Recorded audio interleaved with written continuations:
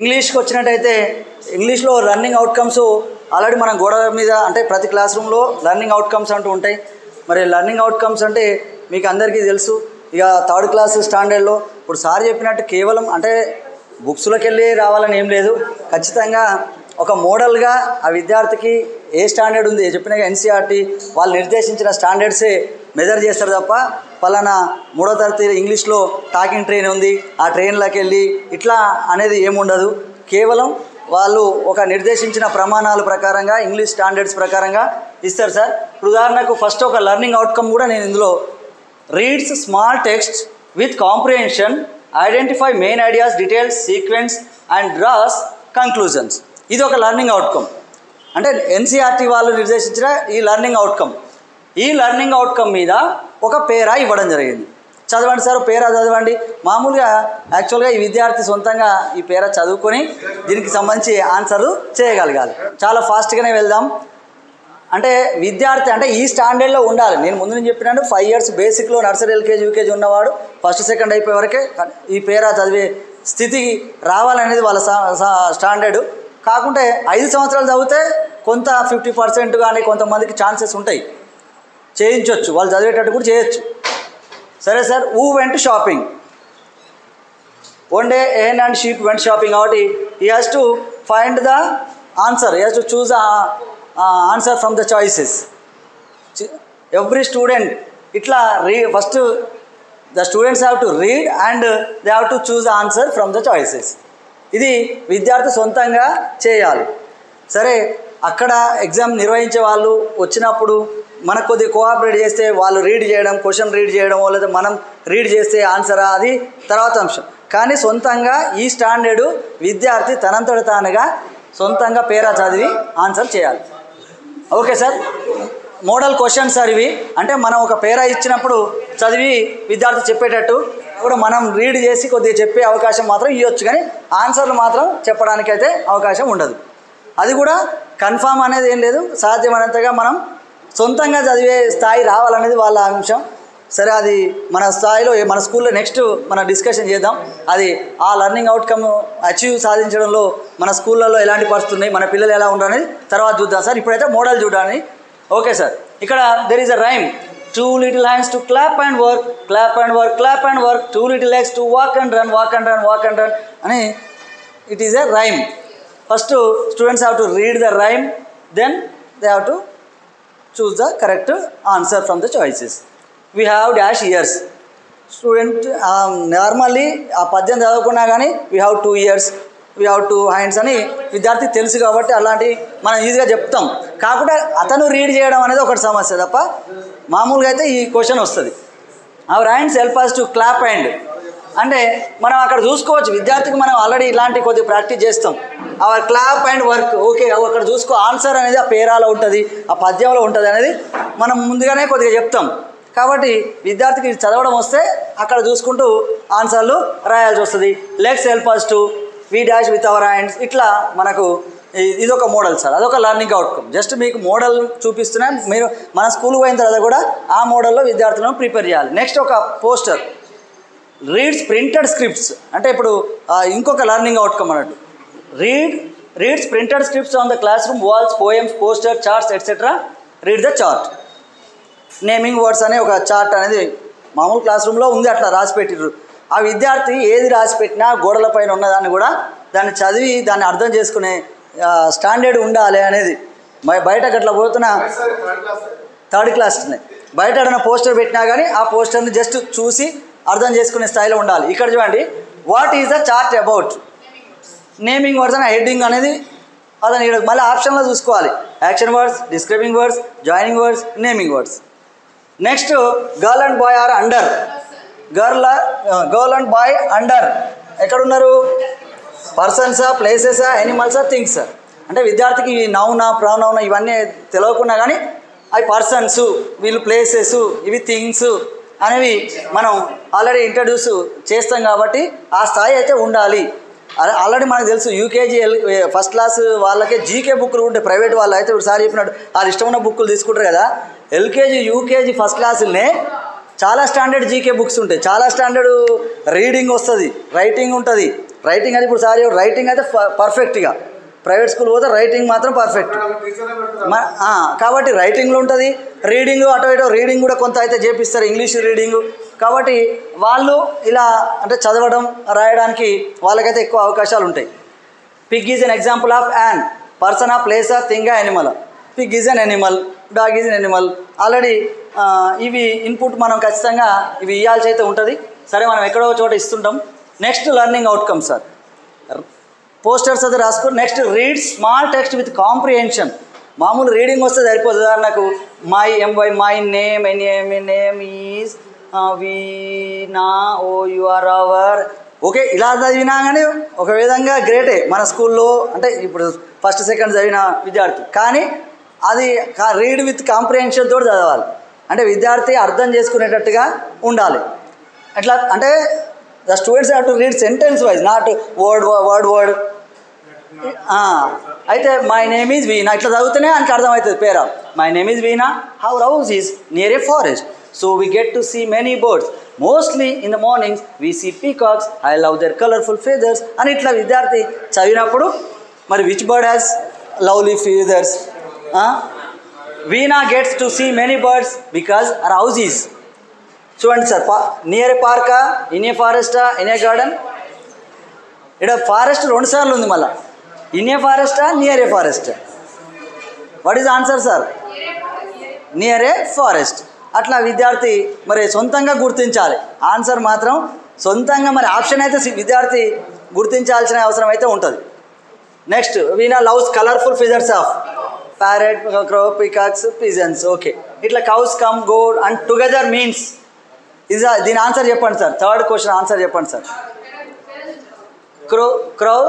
Crores come and go together means they. Para చూపిస్తా, చెప్పండి sir answer. పేరా ఇక్కడ క్వశ్చన్ కూడా కనబడుతుంది. 50 seconds ఓన్లీ టైం, ఎక్కువ టైం తీసుకోవద్దు. Unity is correct. వెస్ హ్యావ్ యూనిటీ. అదే టుగెదర్ అని ఉంది అంటే విద్యార్థికి యూనిటీ అంటే మీనింగ్ తెలిసి ఉండాలి. అంటే ఆ విధంగా ఆ స్థాయిలో, అంటే ఇది మామూలుగా ఎగ్జామ్ ఏం కాదు, కొంచెం ఫుల్ స్టాండర్డ్ నవోదయ గురుకులాల పైన ఆ స్టాండర్డ్ కంటే ఎక్కువగానే ఉంటుంది. ఈ రాసిందంటే ఏ కాంపిటీషన్ ఎగ్జామ్ అయినా మరి రాయగలుగుతాడు ఆ స్థాయిలో. నెక్స్ట్ ఇక్కడ reads printed scripts on the classroom walls, poem, poster, charts, read the poster given below. ఇక్కడ కూడా చూడండి sir, this poster is about making a rat mask, making a cat mask, ఇట్లా options ఉన్నాయి. What is answer sir? తొందరగా చెప్పండి. Making a cat mask. The third step of making a cat mask ఇది అంటే విద్యార్థి tie strings in these holes. అక్కడ దారాలు కడుతున్నారు. టై స్ట్రింగ్స్ అనే వర్డ్ కూడా విద్యార్థి మరి చదవరావాలి. What step is missing in the poster which year 4 ఈ హ్యాస్ టు రీడ్ 4 ఆప్షన్స్. ఇందులో ఏది మిస్ అయిందని మనం అక్కడ చూసుకోవాలి. ఫస్ట్ ఇవి చదివి అంటే కాంప్రిహెన్షన్ తోటి చదివినాక మాత్రమే అది గుర్తించగలుగుతాడు, లేకపోతే గుర్తించలేడు. We use to cut out a mask. Which thing we need to cut out a mask? Scissors.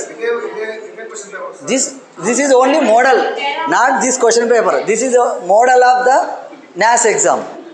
Model question అంటే ఒక పోస్టర్ వస్తుంది. ఆ పోస్టర్ ఇప్పుడు క్యాట్ మాస్క్ తయారు చేసే ఒకటి ఉందనుకున్నాం, అదొక మోడల్. అలాంటి మోడల్ ఒక పిల్లి అది లేదా ఒక కుక్కది రావచ్చు, ఒక నక్కది రావచ్చు, ఒక ఎలిఫెంట్ది రావచ్చు. మాస్క్ తయారు చేయడం ఖచ్చితంగా ఇది అని కాదు.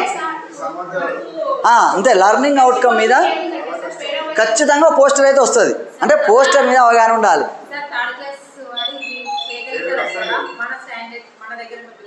అదే నేను చెప్పిన కదా, 3rd క్లాస్ రావాలంటే మినిమం ఒక 5 సంవత్సరాలు ఒక క్లాస్ రూమ్లో చదివిన విద్యార్థి అయితే కొంత అవకాశాలు ఉన్నాయి, లేవని అనట్లేదు. Nursery, LKG, UKG, 1st, 2nd class 5 సంవత్సరాలు బడికి పోయిన విద్యార్థికి సరే ఇవి చదివే శక్తి ఉండొచ్చు.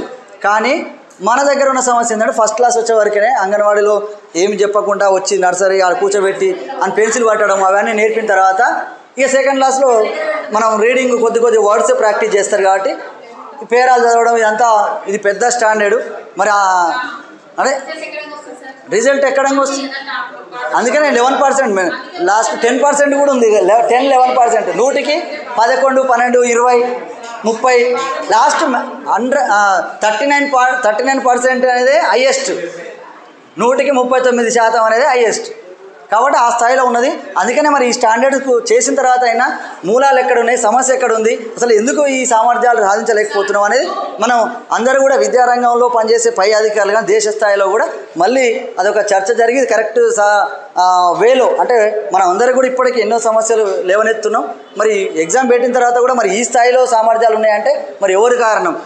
నేను అంతకుముందే చెప్పినట్టు పాలకులు చేసిన పాపాలు, ప్రజలు చేసిన మోసాలు, గురువులు చేసిన గాయాలు, అధికారుల అలసత్వాలు అన్నీ విద్యా వ్యవస్థను దెబ్బతీసినాయి అనేది మేము ఎప్పుడో అందరి పాత్ర ఉంది ఇందులో, ఒకరి పాత్ర అంటూ ఏం లేదు. ఫస్ట్ పాలకులు వాళ్ళు అంటే ఏదైనా ఒక రైతు పంట పండించాలన్నప్పుడు కేవలం వాతావరణం అనుకూలించాలి, తర్వాత రైతు మంచోడై కావాలి, ఆ భూమి మంచిది ఉండాలి. అంటే రైతు మంచోడైతే మాత్రం ఆ భూమి సరిగా సారం లేకపోతే ఏమి చేయలేము. చెప్పినట్టే ఖచ్చితంగా న్యాచురల్ ఎబిలిటీస్ అనేవి ఉంటాయి.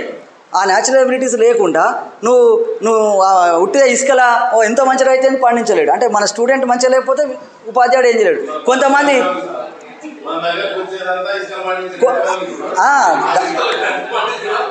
ఇప్పుడు అంటే దాదాపుగా మన దగ్గర అలాంటి పరిస్థితి ఉంది.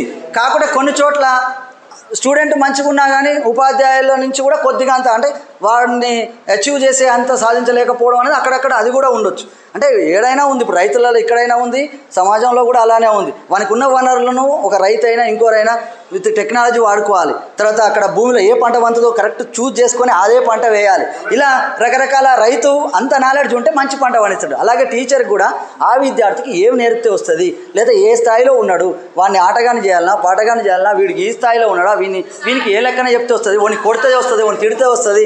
అంటే ఇలా సామర్థ్యాలను ఆధారంగా ఉపాధ్యాయుడు కూడా మారాలి. తర్వాత అలాగే ఇప్పుడు అన్నీ అనుకూలించాలి, వాతావరణం అనుకూలించాలంటే విధానాలు ఇప్పుడు మనం చెప్పిన స్ట్రిక్ట్గా ఇక్కడికి వస్తుంది. ఇప్పుడు భలే మనం చదువు ఇష్టం ఉన్నది మనం చెప్పుకున్నారా అంటే లేదు నువ్వు అడిగి పోవాలి, ఆడ ట్రైనింగ్లో కూర్చోవాలి, లేకపోతే ఇట్లా వినాలి, తర్వాత అడిగిపోయినాక మళ్ళీ నువ్వు ఇదే చేయాలి, తర్వాత ఆ బుక్ తీయాలి, అది రాయాలి, తర్వాత మళ్ళీ ఎంత డే కేర్ సెంటర్లు అయిపోయింది. యాక్చువల్గా నేను చెప్పాలంటే అంగన్వాడీ డే కేర్ సెంటర్ లాగా అంగన్వాడీ మేడం ఉన్నా కానీ ఆమె రోజుకో 5 నిమిషాలన్నా పావుగంట అని చెప్తుందేమో కానీ ఆమె ఏమైనా ఇక ఆ పావుగంట కూడా వదిలిపెట్టి డే కేర్ సెంటర్ లాగా అయిపోయింది. దాన్ని మన బడి కూడా ఎట్లయిందంటే ఇప్పుడు నేను ఎప్పుడే మిడ్ డే మీల్స్ అది పెట్టాలి, లేదా అక్కడ పోయి ఆ బాత్రూమ్ చూసుకోవాలి, లెట్రిన్ చూసుకోవాలి. ఏ హెడ్ మాస్టర్ అయినా అంటే నేను ఇప్పుడు 6 ఏళ్ల నుంచే హెడ్ మాస్టర్గా అంటే చేస్తున్నా ఇక్కడ.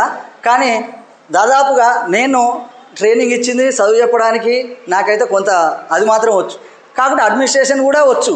కానీ ఉట్టిగానే ఇక నన్ను మొత్తం అడ్మినిస్ట్రేషన్కు సగం వాడుతుంది, ఇక్కడ వాడుతుంది. అంటే ఇప్పుడు స్వీపరు పని, లేదా ఊకడు పని, పొద్దుగా వచ్చి తాళాలు తీసే పని, తాళాలు కూడా నేనే వేస్తా. కాకుండా పిల్లలు కానీ మేము కానీ ఈ విధంగా ఇలాంటి పని తాళం వేస్తేందుకు 1000 రూపాయలు ఇచ్చి చేయించుకునే పని 2000 ఇచ్చి యాక్చువల్గా ఎవరో ఒకరు ఒక ఏది పెన్షన్ ఇచ్చినంత కాదు అటువంటి పని ఇక మనకు ఇప్పుడు 80,000 70,000 ఇచ్చి మనతోటి చేయించుకుంటుంది. అంటే ఇక అది ఆలోచించుకోవాల్సిన అవసరం ఉంది. సరే ఇంకేమైందంటే ఇప్పుడు కోతుల సమస్య ఉంది. కోతులను కొడుతందుకు కూడా మన టాయిలెట్ ఆ పిల్లలు పోతుంటే మనం వాళ్ళెమ్మడి పోవాల్సి వస్తుంది. తాళాలు మాకు ఉన్న పరిస్థితి అది.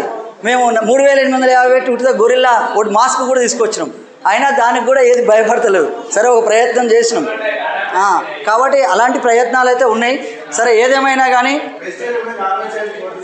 సార్ మనమైతే ఉన్న దాంట్లో వనరులు వాడుకుందాం. అంగన్వాడీ మెటీరియల్ ఉంది, సరే దాన్ని కూడా వాళ్ళు వాడుకోమని చెప్దాం. కానీ ఇప్పటికైనా అంగన్వాడీ బలోపేతం కాకుండా మన విద్యారంగం బాగుపడదు అనేది నేనైతే గత కొన్ని రోజుల నుంచి ఎఫ్ఎల్ఎన్ పెట్టిన కాంచి కూడా చెప్తున్నా.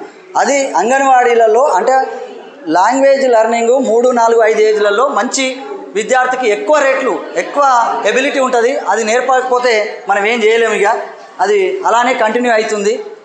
తర్వాత చెప్పినట్టు న్యాచురల్ ఎబిలిటీస్ అయితే ఉండాలి. విద్యారంగంలో ఉన్న అధికారులకు ఎవరికి కూడా ఆ అవగాహన లేదు. అది వద్దు. ట్రైనింగ్ తోటి ఎవరు మారినోళ్ళు లేరు. నేను ట్రైనింగ్లకు వ్యతిరేకం. ట్రైనింగ్లతోటి ఎవరు మారినోళ్ళు లేరు. పలానా రమేష్ సారు ఎప్పుడైతే ఎట్లా ఉన్నాడో అట్నే ఉన్నాడు, పలానా శ్రీరామ్ సార్ అప్పుడు ఎట్లున్నాడో ఆయన ట్రైనింగ్ తీసుకోకముందు అంటే ఎవరైనా కాకుంటే కొత్త విషయం నేర్చుకునేటప్పుడు కొత్త విషయం నేర్చుకోవడానికి ప్రతి ఒక్కరు ముందుకు పోవాల్సిందే. ఎవరైనా పోదాం, అది ఎట్లయినా అవసరమే. కానీ మొత్తం మనిషి అతను పని విధానాన్ని మొత్తం మార్చిన వాళ్ళు ఎవరు ఉండరు. కాకుంటే తెలియని విషయం తెలుసుకునేటట్టుగా అది అలాంటి టెక్నిక్స్ కానీ అవన్నీ మనం అందరం నేర్చుకోవాల్సిందే. టెక్నాలజీ వాడాల్సిందే. ఇప్పుడు అన్ని టెక్నికల్ సపోర్ట్ కానీ ప్రతిదీ కూడా అన్నీ వాడితే ఇంకెక్కువ ఫలితాలు వస్తాయి.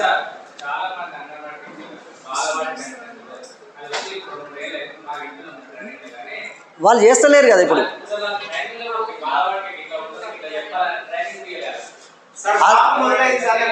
ఇక ట్రైనింగ్ ఇచ్చినా వాళ్ళు మారారు సార్. వాళ్ళు 10th చదువుకోవచ్చిన వాళ్ళు, మనం డిగ్రీ పీజీలు చేసిన వాళ్ళమే. We came from Telugu medium background, we are unable to speak English 2-3 minutes properly. How can they speak English? How can they teach English? We can't expect from them. How do we expect them? అసలు వాళ్ళ నుంచి మనం ఎట్లా expect చేస్తాం? మనకు training ఇస్తే మనమే వస్తున్నాం ఆడ, మనకు తెలుసు మన బాధలు ఏంది. వాళ్ళు 10th class చదువుకొచ్చిన వాళ్ళు ఊకే వచ్చిన అమ్మ వస్తుంది, అయ్యి వస్తుంది, గుడ్లు అసలు ఫస్ట్ కాకుండా వాళ్ళు తెలుగు నేర్పుతందుకే, తెలుగు పాటలు నేర్పుతందుకే, ఆటలు నేర్పుతందుకే అష్ట కష్టాలు పడుతున్నారు. మనం చూస్తూనే ఉన్నాం. వాళ్ళకి ఎట్లా వీలైతుంది వాళ్ళకి ట్రైనింగ్ ఇస్తే? మనకు ఏమన్నా మన దాంట్లోనే మనకే ఒకవేళ మన ప్రైమరీ స్కూల్లోనే అంగన్వాడీని ఒకవేళ మిళితం చేసి నర్సరీ ఎల్కేజీ ఇచ్చి వాళ్ళ స్ట్రెంత్ను కూడా మనకు అంతా పెట్టి ఆ స్ట్రెంత్ ప్రకారంగా టీచర్లను ఇచ్చి, అది కూడా మళ్ళీ ఇంగ్లీష్ కూడా కొంచెం స్పెషలైజేషను, ఇంగ్లీష్ పర్ఫెక్ట్గా ఉన్న సార్లు కానీ, లేదా ఇంగ్లీష్లో ట్రైనింగ్ అవసరమైతే ఇంగ్లీష్కి సంబంధించిన లాంగ్వేజ్ ట్రైనింగ్కి సంబంధించి ఏమైనా ఇచ్చి ఓకే అది కొనసాగిస్తేనే మన సక్సెస్ అవుతాయి. సరే, ఆ కోణంలో ప్రమాణాలు రావాలని కూడా నేను ఎక్కడైనా చెప్తూనే ఉన్నా. ఏడికి పోయినా, అధికారుల కాడికి పోయినా, ఇంకేడికి పోయినా కానీ ఫస్ట్ మీ బళ్ళి ఎంతమంది ఉన్నారు? 20 మంది ఉన్నారు. మరి మీ బళ్ళి ఊర్లో 80 మంది ఉన్నారు కదా పిల్లలు, 20 మందే బడికి ఎందుకు వస్తారు అంటాడు. నేను సమాధానం ఏం చెప్పలేకపోతున్నా. మీ బళ్ళి 20 మంది ఉంది కదా, మరి అందరికి మంచిగా వస్తుందా చదువు అంటాడు. లేదు సార్ 10 మంది అయితే చదువుతారు, 10 మంది. మరి 10 మంది చదువుతుంటే మరి నువ్వేం చదువు చెప్తున్నావా అంటున్నాను. డైరెక్ట్ నేనే పోయినా. నేనే ఈ స్థాయిలో ఉండే, ఈ స్థాయిలో పుస్తకాలు రాసి, ఇది చేసి, వీడియోలు చేసి, ఇట చెప్పాలని అట చెప్పాలని అన్నీ చెప్పిన ఆయనకే నన్ను ఆఫీసర్ ఏం చేస్తున్నా ఇగో ఏ క్వశ్చన్ వేస్తున్నాను. నేను పోయినా ఎమ్మెల్సీల కాడికి పోయినా, మన తర్వాత నాయకుల కాడికి పోయినా, అధికారుల కాడికి పోయినా, మీ టీచర్లు పనిచేస్తున్నారు, నువ్వు చేస్తున్నావు అంటే మరి నీ దగ్గర 10 మంది చదువుతున్నా అంటున్నావు కానీ నన్ను అన్నాడు. లేకపోతే మీ బల్లే 20 మంది ఎందుకుంటారు, 100 మంది ఎందుకు లేరు?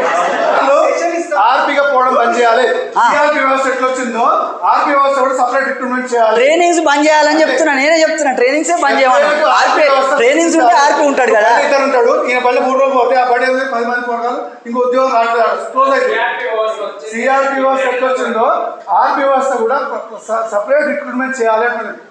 మరి నేను అదే నేను ఇప్పుడు కాదు 20 ఏళ్ల నుంచి 22 ఏళ్ల నుంచి నాకు ఎన్నో అవకాశాలు వచ్చిన ఆర్పీగా ఇప్పటి వరకు నాకు కాంప్లెక్స్ ఆర్పీగా నేను 20 ఏళ్ల నుంచి చేస్తున్నా. 22 అంటే నా టాలెంట్ చూసో, నా కథ చూసో నన్ను ఎప్పుడైనా కాంప్లెక్స్ ఆర్పీ అంటే నేను పోయిన రోజు మాత్రం ఏ బళ్ళని ఇప్పటిగా ఇన్నేళ్ల నుంచి కూడా ఇక్కడికి వచ్చినా కూడా ఏదైతే కాంప్లెక్స్ ఆర్పీగా నేను ఆనాడు నుంచి డిస్టిక్ ఆర్పీ కూడా ఒకసారి నాకు వస్తే కూడా క్యాన్సల్ చేయించు భిక్షప సార్ని నా ప్లేస్లో నేను బోనని చెప్పేది సార్ కానీ ట్రైనింగ్ క్యాన్సిల్ కావాలి. ఎవరో ఒకరు చెప్పాలి కదా. నువ్వు ట్రైనింగ్ సిస్టమే క్యాన్సిల్ కావాలని నేను పై అధికారిని కలుస్తానేది కూడా నీ 20 మంది కోసం ఇక్కడ టెక్నాలజీ ఉందంటున్నావు కదా, ఇంత టెక్నాలజీ ఉందంటున్నావు కదా. మరి నేను ఓన్లీ ఆ 20 మంది కాడ ఓకే చేస్తున్నా, విద్యారంగంలో సంస్కరణ రావాలని కోరుకుంటున్నా, కానీ అయితే లేదు. ఒకవేళ ఆ స్థాయి అధికారి కాడికి పోయి కూడా నేను ఇంత చేసినా నువ్వు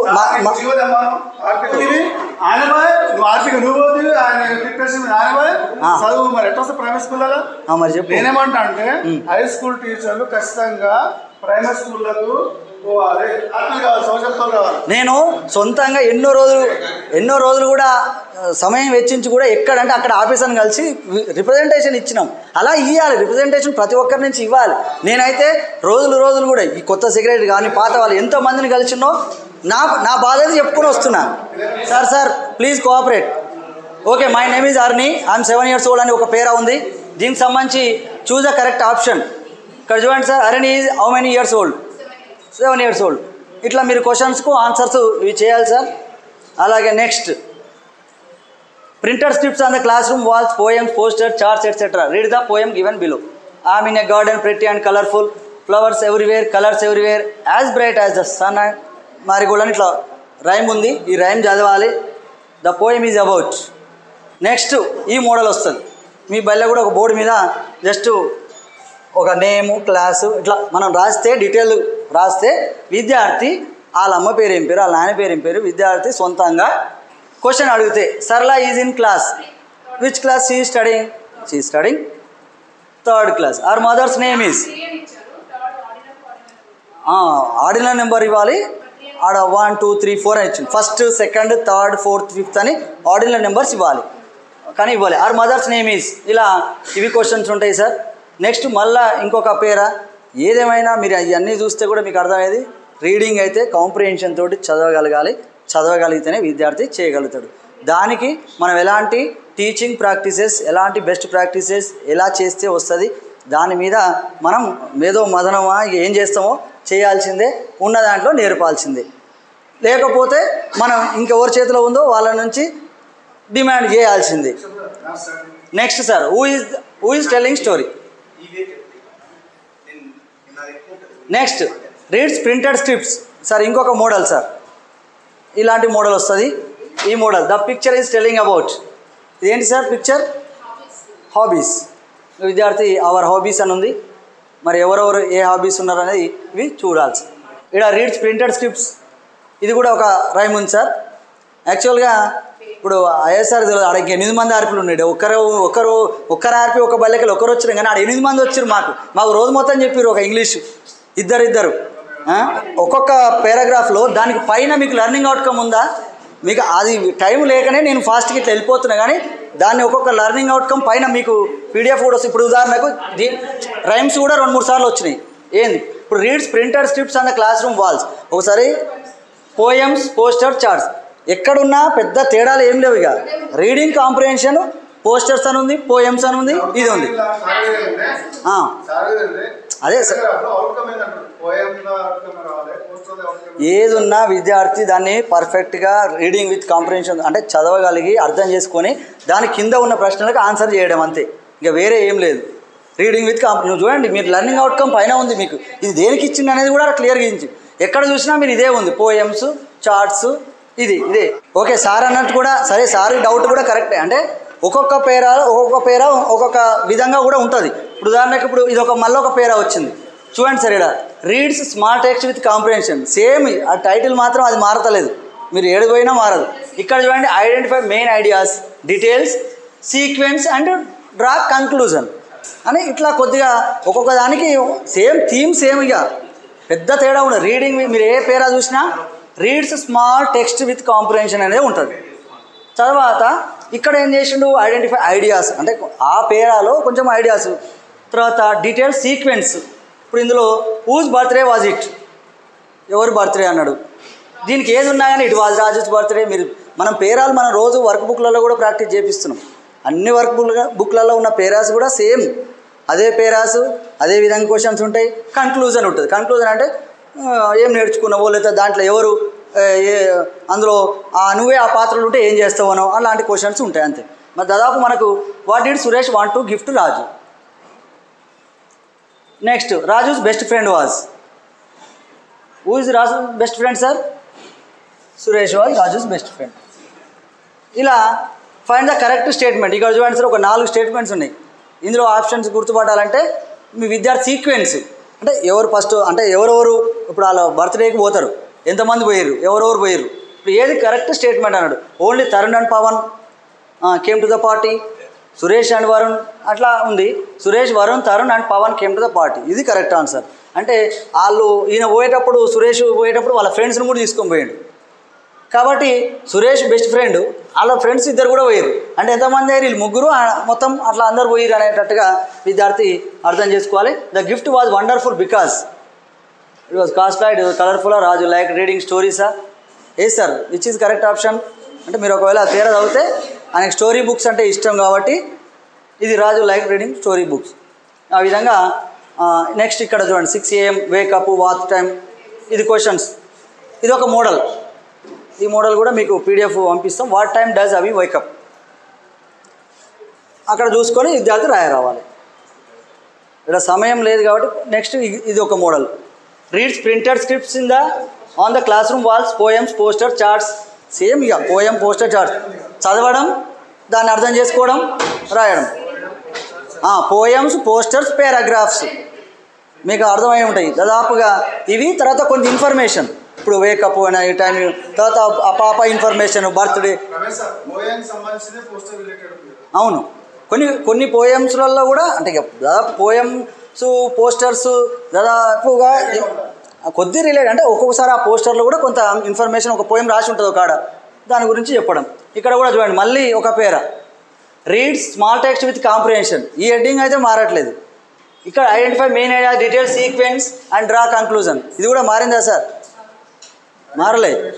ఇంతకుముందు దాంట్లో పెద్దగా ఇక్కడ పేరాలలో దానికి దీనికి ఇప్పుడు సార్ అన్నట్టు ఆ డౌట్లో తేడాలు అయితే ఏం లేదు, సేమ్ అదే దాని మీద డిఫరెంట్గా పేరాలు ఇస్తున్నాడు అంతే, ఒక్కొక్క మోడల్. ఏది ఉన్నా ఇప్పుడు Amala saw beautiful butterfly in the garden, but the butterfly was blue and yellow అని ఇట్లా ఉంది. Where did Amala see the butterfly అన్నప్పుడు అతనికి అర్థం కావాలిగా, ఆ స్టోరీలో అర్థం ఉన్నదే ఆ స్టోరీలో చూసుకొని రాయడం రావాలి. కాబట్టి రీడింగ్ విత్ కాంప్రిహెన్షన్ మీద మనం అందరం కాన్సన్ట్రేట్ చేయాలి. మరి వర్డ్స్ రీడింగ్ ఎట్లా చేయాలి? ఇక్కడ కూడా చూడండి, reads printed scripts in the classroom walls poem poster charts. Same మళ్ళీ కూడా ఇదే పోయం రీడ్ చేయాలి కాంప్రిహెన్షన్ తోటి. Question, the poem is about అంటే విద్యార్థి అర్థం కావాలి దేని గురించి ఉంది సార్ ఇది? ఓకే. మార్కెటా, టాయ్సా, గేమ్సా, కలర్సా? Games. Boys and girls, we all love toys. We all love toys and like to play. We share them all and jump with joy. Bats and balls, cars and buses, tops and marbles, cars and wheels. We all love toys and like to play. So toys is first. Toys is అంటే confusion మనకే ఇంత confusion. tops and marbles, cars and wheels, boys and girls. That ఎట్లా marks రాలేగా Sir, toys is like to play అంటే toys ని play చేస్తాం, అది ఏం చేస్తాం? లాస్ట్ ఇప్పుడు మీరు ఆప్షన్ చెప్పండి ఇలా. Games. In this poem, the boys and girls love to read books, play with toys, cut vegetables, eat fruits. Play with toys. The girls love to play with toys. ఏంటిది? Toys and marbles. Play with toys. Play with toys అట్లా అంటే next ఇలాంటి mind mapping లాగా just uses of trees ఇలాంటిది కూడా చెప్పాల్సి వస్తుంది. The poster is about. Next again మళ్ళీ ఒకసారి గమనించండి సార్, మళ్ళీ ఒక para read small text with comprehension, identify main ideas, detail sequence and draw conclusion.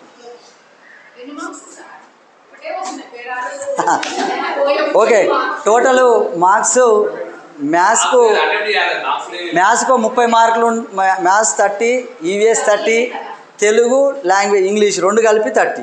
ఇది 15, I 15. ఒక 10 మార్క్స్ మన మీద ఉంటుంది. ఇక వేరే జనరల్ స్కూల్ మీద టీచరు పాస్ చేస్తావా? ఇది చూడండి, wake up early in the morning, brush my teeth. The poster talks about the boys dash routine, ఈవినింగా మార్నింగా ఇట్లానా ఏది అవన్నీ చూసుకొని బ్రేక్ఫాస్ట్ మార్నింగ్ చేస్తాడని ఆయనకు అవగాహన ఉండాలి.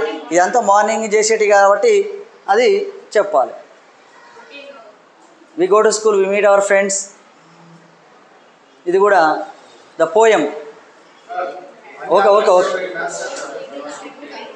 మళ్ళీ సేమ్ ఇక్కడ కూడా మళ్ళీ పోయం, పోస్టర్, పోయమ్స్. ఇక్కడ మిడ్ డే మీల్స్ పోస్టర్. దీన్ని బట్టి what is the common dish in Thursday and Fridays menu అన్నప్పుడు ఇక అవన్నీ చూసుకొని చెప్పాలి. ఇలా ఇక్కడ కూడా బర్త్డేస్ జూన్, ఎవరెవరు బర్త్డే ఉంది ఏదన్నా విద్యార్థి ఇన్ఫర్మేషన్ని బేస్ చేసుకొని క్వశ్చన్స్కు ఆన్సర్ చేయాలి. Okay sir. ఈ వీడియో కనుక మీకు నచ్చినట్లయితే లైక్, షేర్ మరియు కామెంట్ చేయండి. మరిన్ని వీడియోస్ కోసం మా ఛానల్ని సబ్స్క్రైబ్ చేసుకోండి.